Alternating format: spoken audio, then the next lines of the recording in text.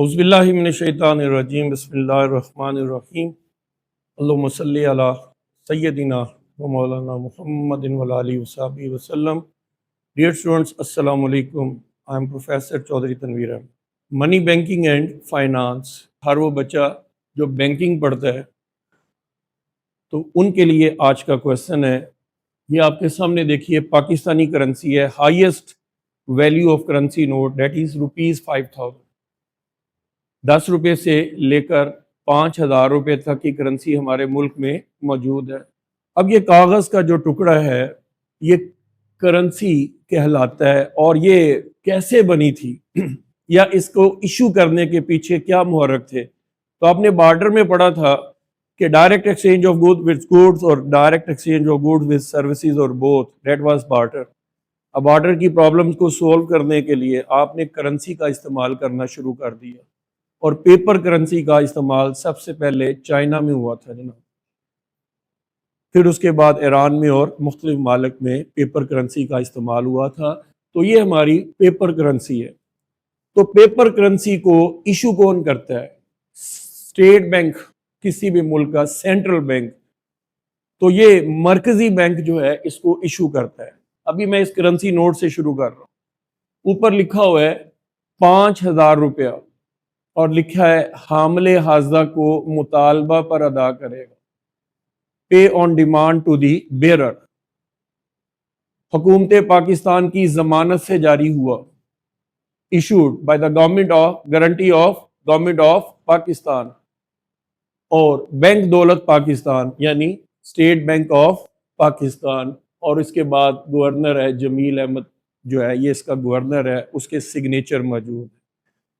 अब ये देखिए, ये जो इतनी सी स्टेटमेंट है, इससे हम लोग कहते हैं कि ये हुकूमत पाकिस्तान की जमानत से जारी हुआ।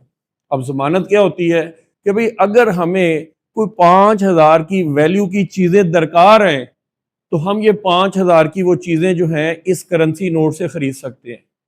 हालांकि इंटरनेशनल जो चीज़ है वो है गोल्ड। तो गोल्ड से दुनिया जहान की चीज़ें खरीदी जा सकती हैं, यूनिवर्सल है, किसी भी मुल्क में गोल्ड से इनकार नहीं करता कोई भी। लेकिन हमने गोल्ड को इशू करने की बजाय उसका कोई सब्स्टिट्यूट इशू कर दिया है, and that is the currency. तो बच्चों, यहां से हमारा सवाल स्टार्ट होता है, दैट इज द करेंसी। ये करेंसी क्या है? ये करेंसी जनाब नोटों की शक्ल में। अब इसको कहती हैं नोट। अब मैं इसको क्या कह दूं? नोट। ये करेंसी नोट है, मैंने ऊपर भी लिखा हुआ है करेंसी नोट। किसका? पाकिस्तान। अब सवाल ये होता है पैदा कि इसको इशू किया है किसने?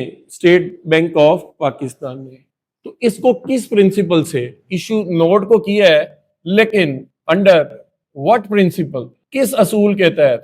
एंड मेथड, किस मेथड के तहत? ये आज का सवाल है हमारा कि आपने ये नोट इशू तो किया है, लेकिन under what principle and under what method? तो यहीं से एक सवाल बना, discuss the principle and method of note issue, which method is followed in Pakistan। तो देखिए बेटा, सबसे पहले है principle of note issue। There are the two principles of note issue and they are, first one is currency principle and second is banking principle। currency principle and banking principle। हमारे पास कितने principles हैं?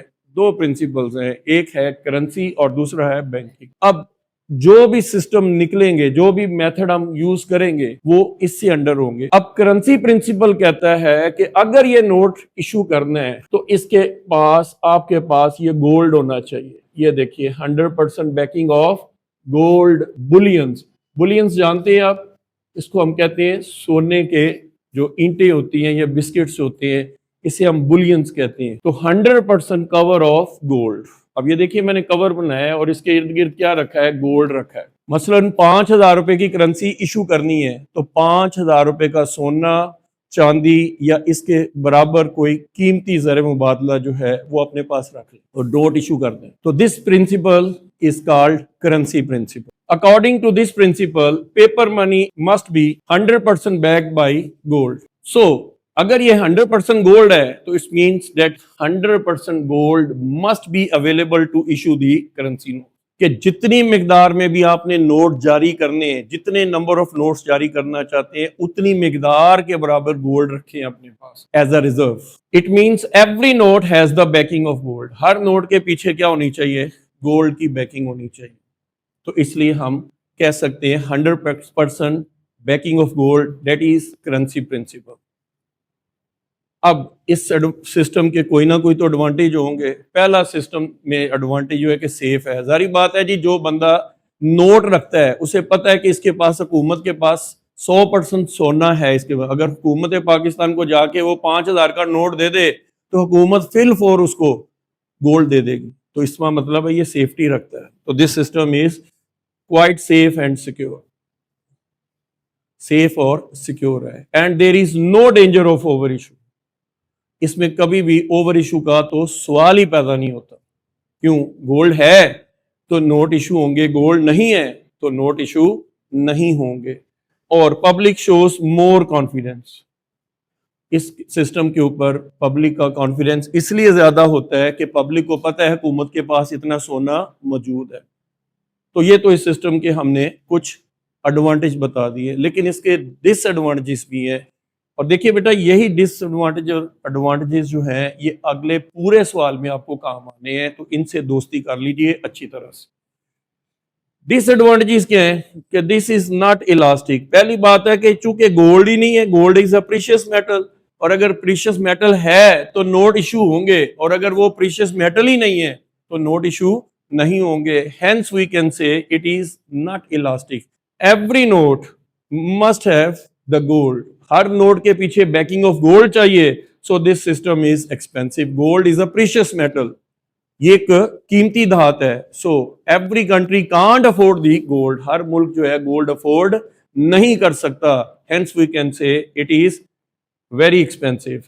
The system dependent on gold, जबकि ये system ही gold के ऊपर depend कर रहा है। Hence we can say this is a dependent system. ये टोटली डिपेंडेंट है, ये इंडिपेंडेंट सिस्टम नहीं है। तो there is a lockup of gold, क्योंकि गोल्ड एक प्रीशियस मेटल है, और प्रीशियस मेटल को आप लॉकअप में रखेंगे, स्टेट बैंक अपने रिजर्व में रखेगा, तो उस it will not be a productive use, वो अपना प्रोडक्टिव यूज खो देगी। Hence we can say due to the lockup of gold there is no productive use of gold. तो ये इसके मेरिट्स हैं और ये इसके डीमेरिट्स हैं। किसके? करेंसी प्रिंसिपल के। अब बच्चों, इसके बाद सेकंड हमारे पास आ जाता है, स्टेट बैंक के पास एक सेकंड ऑप्शन भी होती है, और वो है इलास्टिक सिस्टम है, that is called banking principal. इसको हम कहते हैं बैंकारी का निजाम। तो बैंकिंग प्रिंसिपल क्या है? इसमें क्या था? There must be 100% gold available. तो इसके रिवर्स कर दें, बिल्कुल उल्ट कर दें, तो there is no need of 100% backing of gold. So according to this method, there is no to have the gold or silver. 100% रखने की बिल्कुल जरूरत नहीं है। Bank keeps adequate. बैंक अपने पास कुछ रखती है अमाउंट, बैंक अपने पास कुछ अमाउंट रखता है, गोल्ड और सिल्वर के वैल्यूज अपने पास रखता है, and remaining is issued by the guarantee of government. वो गवर्नमेंट की गारंटी से, हुकूमत पाकिस्तान जैसे अगर लिखा हुआ है तो उसकी गारंटी पे इशू हो जाता है। बैंकिंग प्रिंसिपल के कुछ एडवांटेजेस हैं। पहला एडवांटेज ये है कि इट इज इलास्टिक। इलास्टिक क्यों है? As the notes can be issued as per the need of the government. जितनी गवर्नमेंट की जरूरत है उसके मुताबिक आप नोट जारी कर सकते हैं। This system is not expensive. ये क्या था? एक्सपेंसिव था। और ये क्या है? Not expensive. इसके जो डिसएडवांटेजेस हैं वो इधर मैंने इसके एडवांटेजेस बना दी। This system is popular in all over the world, लेकिन this system is not so popular. Government can meet its need in case of emergencies. Government cannot meet its needs in case of emergencies. तो देखो बच्चों, जो इसके disadvantages हैं currency principal के, वो banking principal के क्या बन गए? एडवांटेजेस। अब जो करेंसी प्रिंसिपल के एडवांटेजेस हैं वो ही आपके पास बैंकिंग सिस्टम के डिसएडवांटेजेस बन जाएंगे। तो बहुत आसान हो गया। अब इसके उलट लिखिए, क्या है जी? इसके एडवांटेजेस क्या थे? This system is safe and secure. तो हम कहते हैं this system is not safe and secure. इधर क्या लिखा था? No danger of over issue. तो इधर हम कह रहे हैं there is a danger of over issue and it creates inflation. जब नोट इशू हो जाते हैं ज्यादा तो मुल्क में इन्फ्लेशन आ जाता है। इन्फ्लेशन क्या होता है? Where too much money chases too few goods prices go high and the value of money go down. इसमें क्या था कि पब्लिक मोर कॉन्फिडेंस शो करती है, लेकिन इसमें क्या है, public has the lesser confidence. तो बच्चों आपका एक हिस्सा मुकम्मल हो गया, वो क्या है, प्रिंसिपल ऑफ नोट इशू। अब आते हैं हम इसी दो प्रिंसिपल से क्या निकालेंगे, मेथड्स ऑफ नोट इशू। तो नोट इशू के हमारे पास तीन मेथड है। पहला फिक्स्ड फिजूकरी सिस्टम, मुइना हद का निज़ाम, प्रोपोर्शनेट रिजर्व सिस्टम, मुतनासब महफूज सरमाया का निज़ाम, मिनिमम रिजर्व सिस्टम के जिसमें कम से कम मिकदार में अपने पास गोल्ड रख ले और नोट इशू कर दें। तो these are the three methods of note issue. आइए इसको वन बाय वन करके देखते हैं। फिक्स फिजूकरी सिस्टम, मुइना हद का निज़ाम, this method is based on currency principle. मैंने कहा ना ये इसी सिस्टम के ऊपर बेस करता है। जो इसके मेरिट्स बनेंगे वो इसके भी बनेंगे, जो इसके डीमेरिट्स बनेंगे वो इसके भी डीमेरिट्स बनेंगे। तो let's see, under this method government fixes the fixed amount of notes without keeping gold, silver और मेटेलिक रिजर्व।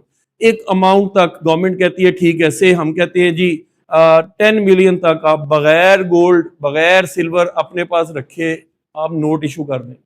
हुकूमत पाकिस्तान या हुकूमत कोई भी मुल्क की है उसकी जमानत से जारी कर दें, लेकिन उस फिजूकरी लिमिट के बाद जितने भी नोट इशू करने हैं हर नोट के पीछे 100% बैकिंग ऑफ गोल्ड होना चाहिए। एक फिजूकरी लिमिट बना लेती है गवर्नमेंट कि मैंने क्या कहा है, सपोज करें 10 मिलियन है, तो 10 मिलियन तक बगैर गोल्ड बगैर सिल्वर बगैर किसी अप्रूव फॉरेन एक्सचेंज के रखे बगैर आप नोट इशू कर दें। लेकिन अगर ये फिजूकरी लिमिट सपोज करें 10 मिलियन की है, तो 10 मिलियन से 1 रुपया भी ऊपर जारी करना है, 10 लाख ऊपर जारी करना है, जितनी भी वैल्यू जितनी भी करेंसी ज्यादा इशू करनी है उतनी करेंसी की मालियत के बराबर गोल्ड सिल्वर आपके पास होना चाहिए। तो that is called fixed fiduciary system. अब ये किन ममालिक में यूज हुआ? इंग्लैंड के अंदर 1844 में, जापान में भी जापान भी ये सिस्टम यूज कर चुका है और नॉर्वे में भी ये सिस्टम यूज हो चुका है, अभी नहीं हो रहा। इसके एडवांटेजेस क्या हैं? इधर देखिए, ये सेफ है, तो this system is safe as it give protection to notes. There is no danger of over issue because if the gold is available, note will be issued. If the gold is not available after the fiduciary limits, the currency cannot be issued. कि fiduciary limit के बाद जितना अपना currency जारी करनी है उतना gold होना चाहिए, और अगर आपके पास गोल्ड नहीं है तो आप करेंसी जारी नहीं कर सकते। Hence we can say there is no danger of over issue। यहाँ पर आप ओवर इशू का सवाल ही पैदा नहीं होता। पब्लिक कॉन्फिडेंस, जब पब्लिक को पता है कि हुकूमत के पास इतना सोना चांदी मौजूद है इस नोट के पीछे, तो करेंसी की वैल्यू जो है वो ऑटोमेटिकली अप होगी, बाइंग पावर भी लोगों की ऊपर होगी, को करेंसी के ऊपर लोगों का कॉन्फिडेंस बहुत ज्यादा है। तो public shows more confidence on fiduciary fix fiduciary system. इस मेथड के तहत गवर्नमेंट का जो है चूंकि फिजूकरी लिमिट्स के मुताबिक गोल्ड सिल्वर वो रख रही है और उसके बाद 100% बैकिंग कर रही है करेंसी के पीछे गोल्ड की, तो लिहाजा हम कह सकते हैं public shows more confidence. Stable value, this method helpful in maintaining the monetary stability, क्योंकि हमारी जो मॉनेटरी पॉलिसी है वो ज्यादा से ज्यादा स्टेबल होगी अंडर फिक्स फिजूकरी सिस्टम। लेकिन in spite of the advantages there are the certain disadvantages, ये भी हमने पढ़े थे यहाँ पर। इन्हीं को आइए थोड़ा सा मॉडिफाई कर लेते हैं। बेटा मैंने कहा था ये दो सिस्टम पढ़ लेंगे तो अगले सिस्टम समझाना कोई मुश्किल नहीं है। तो डिसएडवांटेजेस क्या है? इनइलास्टिक है, as per the need of the government it can not be issued. अगर गवर्नमेंट को इमरजेंसी नीड हो जाए कोई, तो ये नोट जारी नहीं हो सकते to meet the emergency needs of the government. Expensive है, gold silver are precious metal, तो गोल्ड अगर अवेलेबल नहीं है सिल्वर अवेलेबल नहीं है तो उसको पहले खरीदा जाएगा और फिर नोट जारी किए जाएंगे। तो hence we can say it is highly expensive. Lockup of gold, इधर मैंने आपको पहले ही बता दिया कि gold is a precious metal, it can not be kept as reserve. इसको लॉकअप में नहीं रख सकते, इसको प्रोडक्टिव पर्पसेस के लिए इस्तेमाल करें। इकोनॉमी के अंदर ये सर्कुलेशन में रहनी चाहिए, तो लिहाजा हम कह सकते हैं लॉक ऑफ गोल्ड गोल्ड का लॉकअप करना, that is not the productive use of gold. तो बच्चों ये आपका पहला मेथड क्लियर हो गया। प्रिंसिपल के बाद क्या है? मेथड। तब हम मेथड पढ़ रहे हैं। तो मेथड पहला कौन सा है? Fix fiduciary system. दूसरा मेथड कौन सा है? प्रपोर्शनेट, मुतनासिब महफूज सरमाया का निजाम। ये बिल्कुल it is the modified form of banking. ये किसके ऊपर बेस कर रहा है? इसमें क्या था? बैंकिंग सिस्टम में there is no need of 100% cover of gold. तो इसमें भी देखिए दिस सिस्टम, ये कौन सा है हमारे पास? Proportionate reserve system. Under this system central bank is required to keep a certain percentage of gold silver to issue the currency notes. Currency note को जारी करने के लिए इधर तो 100% था, तो हम कहते हैं नहीं, अब कितनी होनी चाहिए? 30% टू 40% अगर हम गोल्ड रख लें तो डेट इज सफिशिएंट, और बाकी 70% या 60% क्या लिख दे? Government guarantee. तो इसका मतलब है आपने 100 रुपए का नोट जारी करना है, बिल्कुल करें, लेकिन उसके पीछे 30 रुपए का सोना रख लें या 40 रुपए का सोना रख लें, और 60 रुपए की या 70 रुपए की हुकूमत अपनी गारंटी देके लोगों को करेंसी इशू कर दे। तो this system is called proportionate reserve system. तो ये इसकी जो प्रोपोर्शन है वो 30 टू 40% नॉर्मली यही यूज होता है। ये मैंने बता दिया है कि 100 रुपए का नोट जारी करना है तो 30 रुपए का या 40 रुपए का सोना अपने पास रखिए और बाकी हुकूमत की गारंटी से जारी कर दें। इसके एडवांटेजेस क्या है जो इधर पढ़े थे हमने? ये इलास्टिक है, यह देखिए it is elastic, the money can be supplied as per the need as it is elastic. हुकूमत अपनी जरूरियात के मुताबिक करेंसी इशू कर सकती है because it is highly elastic. Not expensive, gold मैंने अभी बताया प्रीशियस मेटल है, तो इसको लॉकअप में जब नहीं रखा जाएगा, 40% रख लेंगे, 30% रख लेंगे, तो इट मीन्स कि that is not expensive. Saving of precious metal, अभी बता दिया था कि गोल्ड सिल्वर ये प्रीशियस मेटल्स हैं और ये सेव कर सकते हैं, लॉकअप में रखने की बजाय सिर्फ 40% रखें, 30% रखें और बाकी गारंटी दे दें। लेकिन इसके कुछ डिसएडवांटेजेस भी हैं, ये बेटा हमने यहाँ पर पढ़े। This is not safe system, it there is always a danger of over issue and public has lesser confidence. यही चीजें मैंने यहाँ पर भी लिखी हैं। और इसमें सबसे बड़ा जो डिसएडवांटेज है कि it has no control over prices, unsuitable to control the prices. Prices क्या हो जाती हैं? इंक्रीज हो जाती। मिनिमम रिजर्व सिस्टम क्या होता है? Under this method central bank has to keep only a minimum amount. नाम से इजहार है कि थोड़े से अपने पास रिजर्व रख लें गोल्ड और सिल्वर, और बाकी सब हुकूमत अपनी गारंटी पे नोट इशू कर दे। ये पुअर कंट्रीज कर सकते हैं, क्यों? जिनके रिसोर्सेज हैं ही बहुत limited. Poor countries, under developed countries, less developed countries like Pakistan, अब इनके पास गोल्ड नहीं है, इनके पास इतना सिल्वर नहीं है, इनके पास इतनी कीमती मेटल्स नहीं है, तो हम कह सकते हैं कि ये सिस्टम जो है पुअर कंट्रीज लाइक पाकिस्तान ये यूज करते हैं। और इसमें क्या किया जाता है? अ minimum amount of reserve is kept. एक थोड़ी से थोड़ी वैल्यू जो है वो फिक्स कर ली जाती है कि जी इतनी हम अपने पास रखेंगे गोल्ड और सिल्वर की शक्ल में, और बाकी हुकूमत अपनी गारंटी पे इशू कर देगी। तो ये कौन कौन से ममालिक में यूज हुआ या यूज हो रहा है? पाकिस्तान में, इंडिया में, साउथ अफ्रीका और हॉलैंड के अंदर ये सिस्टम यूज हो रहा है। और वैसे भी दुनिया के कई ममालिक इसी सिस्टम के तहत चल रहे हैं।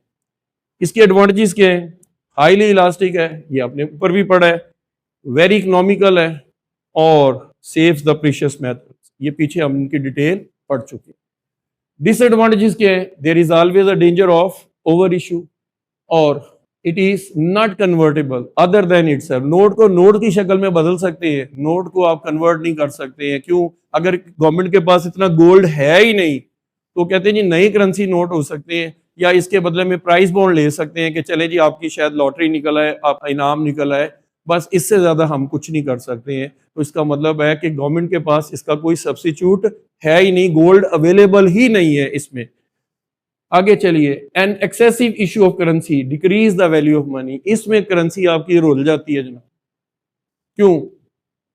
कि इन्फ्लेशनरी बेस है इसकी। ये मेथड आप देखिए लास्ट पे मैंने लिखा है which method is used in Pakistan and why. अब ये क्वेश्चन पेपर में इस तरह से पूछा जाता है कि कौन सा सिस्टम पाकिस्तान में यूज हो रहा है और क्यों इस्तेमाल हो रहा है। तो ये इस सवाल का आखिरी हिस्सा है हमारे पास। In Pakistan state bank of Pakistan, जिसको एसबीपी कहते हैं, स्टेट बैंक ऑफ पाकिस्तान, ये issued the currency notes on the basis of act 1956। 1956 के एक्ट के तहत नोट जारी होते रहे, लेकिन ये कब तक हुए? 1965 तक। ये कब तक थे? नवंबर 1956 तक। ये कब तक थे? नवंबर 1956 तक ये एक्ट यूज हुआ था। और इसमें क्या था? प्रोपोर्शनेट रिजर्व सिस्टम यूज हुआ, जैसे कि हमने पढ़ा है proportionate reserve system. This method was used up to 1965। ये नवंबर 1956 से लेकर 1965 तक यूज होता रहा। आफ्टर 1965 वो क्या हुआ? एक ऑर्डिनेंस पास हुआ जिसके पास ये था कि करेंसी जो लिमिट थी वो रिजर्व की एक लिमिट रख ली कि 1200 मिलियन तक अपने पास रख ले गोल्ड और सिल्वर की शक्ल में, और बाकी नोट इशू करते जाए on the guarantee of the government. तो अब 3 पॉइंट इसमें है। पहला कि ये पाकिस्तान में स्टेट बैंक ऑफ पाकिस्तान ने नवंबर 1956 तक कौन सा सिस्टम यूज किया? Proportionate reserve system. और इसमें क्या था? 30% गोल्ड और सिल्वर वाज कैप्ड। 100 रुपए का नोट जारी करना है तो 30 रुपए का सोना चांदी रखा, बाकी गवर्नमेंट ने अपनी गारंटी दे दी। और 1965 में एक ऑर्डिनेंस जारी हुआ जिसके बाद ये सिस्टम बदल गया, और उसमें यह था कि 1200 मिलियन तक अपने पास आप रिजर्व्स रखें गोल्ड के, सिल्वर के, और बाकी सारे नोट जारी कर दे गवर्नमेंट की गारंटी पे, गवर्नमेंट ऑफ पाकिस्तान, क्योंकि हम पाकिस्तान के हवाले से बात कर रहे हैं with reference to Pakistan. Why this method is followed? ये मेथड क्यों यूज हुआ? Because it is highly elastic, it can meet the emergency needs of the government, ये हमने पीछे पढ़ा है। Beneficial for the poor countries like Pakistan, helpful in emergencies, and this system is suitable for the modern economies. क्यों? कि किसी मुल्क के पास रिसोर्सेज इतने ज्यादा नहीं है, तो hence we can say this system is suitable for the modern economy. Last पे आपने बेटा इसका कंक्लूजन जरूर देना है। इतना कुछ पढ़ने के बाद सबसे पहले प्रिंसिपल्स पढ़े, फिर हमने मेथड्स पढ़े, फिर हमने देखा पाकिस्तान में कौन सा यूज हो रहा है। तो लिहाजा इस सिस्टम के सारा समझने के बाद हमें यह पता लगे कि every system is good, but that system must be suitable for the government। कि आपकी जो नीड होती है, याद रखिएगा, कोई भी सिस्टम नजरिया जरूरत के बगैर नहीं बनता। तो नजरिया जरूरत कहता है कि जैसी आपकी मुल्क की हुकूमत की जरूरियात हैं वही मेथड आप यूज करें। So any of method that can be used by any government, but the most fashionable system is minimum reserve system. Nowadays most of the countries are using minimum reserve system as well as proportionate reserve system. So that's all बेटा। जो YouTube पे है बेटा comment जरूर कीजिएगा, और जो class वाले हैं बच्चे वेरी नेक्स्ट डे इसको टेस्ट के लिए तैयार करके आइएगा। और मैं दुआ गो हूँ कि अल्लाह ताला आपको कामयाबी अता फरमाए, और हमें दुआओं में हमेशा याद रखिएगा, और हम आपके लिए दुआ गो हैं कि अल्लाह करीम आपके लिए आसानियाँ पैदा करे। नेक्स्ट लेक्चर तक के लिए अस्सलाम वालेकुम।